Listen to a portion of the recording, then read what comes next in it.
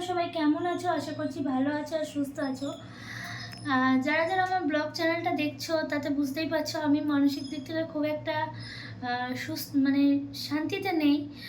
কিন্তু যেহেতু আমি কথা দিয়েছি আর এই চ্যানেলটা আমার নতুন, আর তোমরা তো ব্লগ চ্যানেল শুনতেই পাচ্ছ মন্দিরা বৈশাখী ব্লগে যে ভিডিওগুলো আসছে, যে কী পরিস্থিতির মধ্যে দিয়ে আমি আমার জীবনটাকে মানে এখন আমার সময়টা চলছে, তো সেই জায়গায় দাঁড়িয়ে রেসিপিগুলো দেওয়ার চেষ্টা করছি, তোমাদের ভালোবাসা পাওয়ার চেষ্টা করছি। এইভাবেই সাপোর্ট করো, পাশে থেকো। আর রেসিপিগুলো কেমন লাগলো জানিও, ট্রাই করছো কারা কারা তারাও জানিও। তো আজকে সত্যিই হয়তো মুডটা খারাপ নিয়েও রান্নাঘরে আসতে হচ্ছে শুধুমাত্র তোমাদের ভালোবাসা পাওয়ার জন্য। কারণ আমি ব্লগ চ্যানেলেই বলেছি আজকে যদি আমার কিছু হয়েও যায় বৈশাখীর সঙ্গে, তবু আমি এই জায়গাটা আমি কোনোদিন হারাতে চাই না। কারণ এই যে তোমাদের ভালোবাসা, তোমাদের মানে মানে এইগুলো আমি কোনোদিন হারাতে চাই না, তোমাদের ভালোবাসাটা। আর আমার ছেলেটা পুরোটাই আমার উপর নির্ভরশীল। তো সেই জায়গায় দাঁড়িয়ে বলবো তোমরাও আমার পাশে থেকো, আমার রান্নার চ্যানেলটাকে আরও যেন এগিয়ে নিয়ে যেতে পারি। তো চলো আজকে কি রেসিপি করছি তোমাদের জানাচ্ছি। তো আজকে তো রেসিপিটা থাম্বনেল থেকে বুঝতে পারছো কী করছি, তার জন্য দেখো কি কি নিয়ে নিয়েছি। দেখো এবার নিয়ে নিয়েছি চিকেনের বোনলেস চিকেন, একটু হাড়ও আছে। আর নিয়ে নিচ্ছি একটু গাজর, আজকে গাজর দেবো। আর আদা গোল গোল কিউব করে কেটে নিয়েছি, এই যে গোল করে কেটে নিয়েছি। আর দিয়েছি রসুন গোটা। আর এটা কর্নফ্লাওয়ার, আর এটা ডিমের সাদা যেই অংশটা সেটা নিয়ে নিয়েছি। আর এখানে নিয়েছি দেখো, এটা হচ্ছে ভাজা গোলমরিচ কড়াইয়ে ভেজে সেটাকে বেটে নিয়েছি পেস্ট করে। আর এটা নিয়েছি লেবুর রস। আর এটা নিয়েছি মানে বাজারে যে প্যাকেট গোলমরিচগুলো কিনতে পাওয়া যায় সেই গোলমরিচগুলো। আর সাথে তো থাকছে লবণ, ওটা তো ওটা ছাড়া তো রান্না মানে ভাবাই যায় না স্বাদটা। আর আমি যেহেতু সাদা তেলে রান্না করি তাই রেসিপিটা আমি সাদা তেলেই করবো। তো চলো এই দেখো কড়াই একটু তেল নিয়ে নিয়েছি, কড়াইটাকে গরম হতে দিয়ে দিয়েছিলাম। আর কড়াই তেল নিয়ে নিয়েছি, এবার আমি কড়াই দিয়ে দেবো চিকেনটা।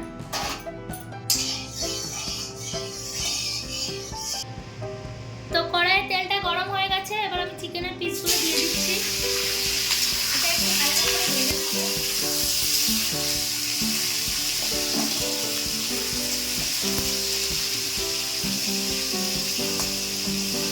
মাংসটা ভাজা ভাজা হয়ে গেছে, এবার আমি দিয়ে দেবো এই আদাগুলো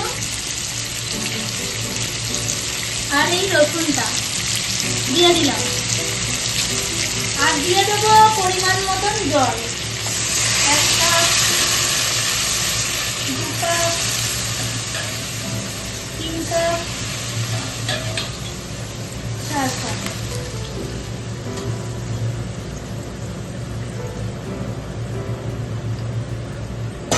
5 কাপ মতন জল দিয়ে দিচ্ছি।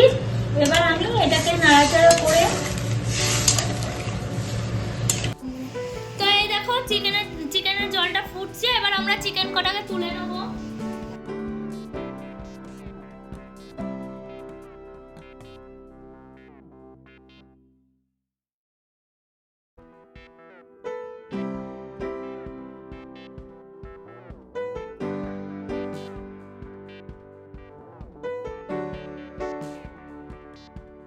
এবার চিকেনগুলোকে আমি এরকম করে করে কুচিয়ে নেব স্যুপের জন্য।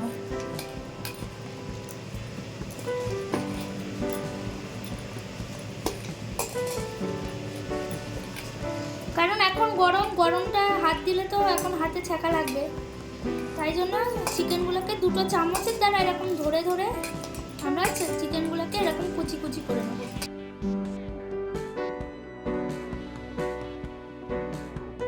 আমি এরকম করে নিয়েছি, আর এবার করবো এই হাড়গুলোকে আলাদা করে দেবো।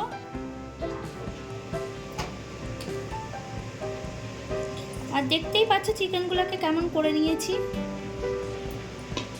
স্টুটা নামিয়ে স্টুটা থেকে আমি আদা আর রসুনগুলোকে আলাদা করে নিয়েছি। এবার দিয়ে দিচ্ছি গাজরগুলো, দিয়ে এবার এটাকে আমরা নাড়তে থাকবো।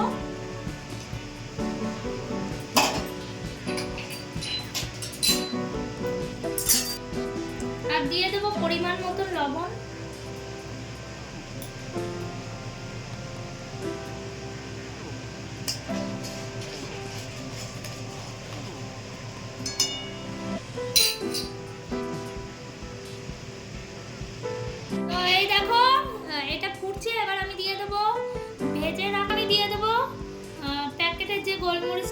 রেখেছিলাম গুঁড়োটা সেটা,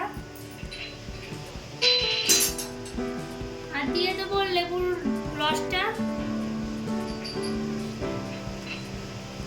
আর এবার দেবো আমি এই চিকেনের ইয়েগুলো, যেগুলো চিকেনগুলো টুকরো টুকরো করে রেখেছি স্যুপের জন্য, সেগুলো দিয়ে দিলাম।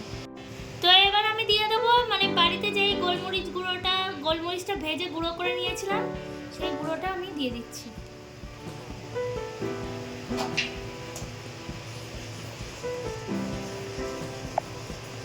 দিয়ে একটু নাড়তে থাকবো।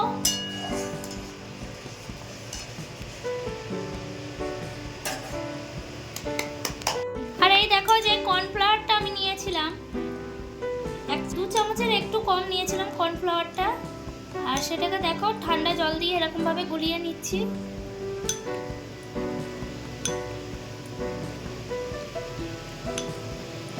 আর ওইদিকে দেখো কিরকম ফুটছে ওটা।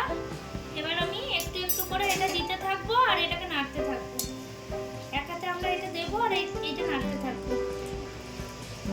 এইটা দিলে চিকেনটা একটু গাঢ় ভাব আসে, মানে স্যুপটা একটু জল জল ভাবটা আসে, যেই জাল জালে একদম পাতলা ব্যাপারটা ওটাকে একটু গাঢ় করে। এই যে আমরা দিয়ে দিলাম, দিয়ে নাড়তে থাকবো।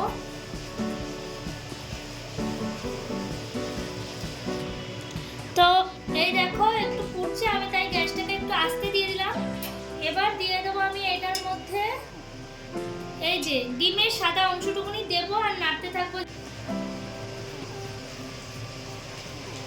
টুকরো টুকরো হয়ে যায় যাতে। আর এটা দিয়ে বেশিক্ষণ আমরা রাখতে পারবো না, তার জন্যই এটা সবার শেষে দেওয়া।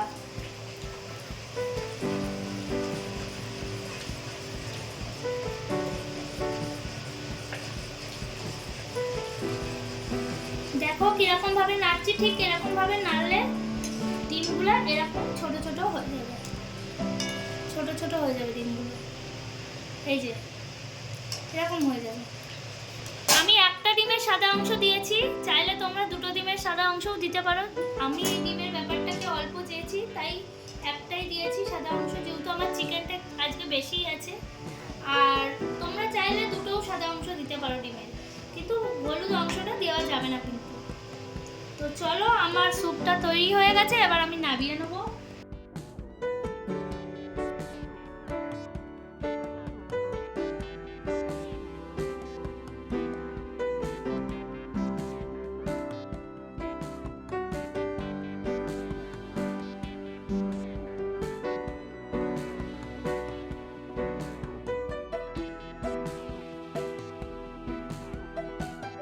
তো বন্ধুরা আজকে স্যুপের রেসিপিটা কেমন লাগলো তোমরা সবাই জানিও, আর তোমরা সবাই ট্রাই করো, আশা করছি ভালো লাগবে।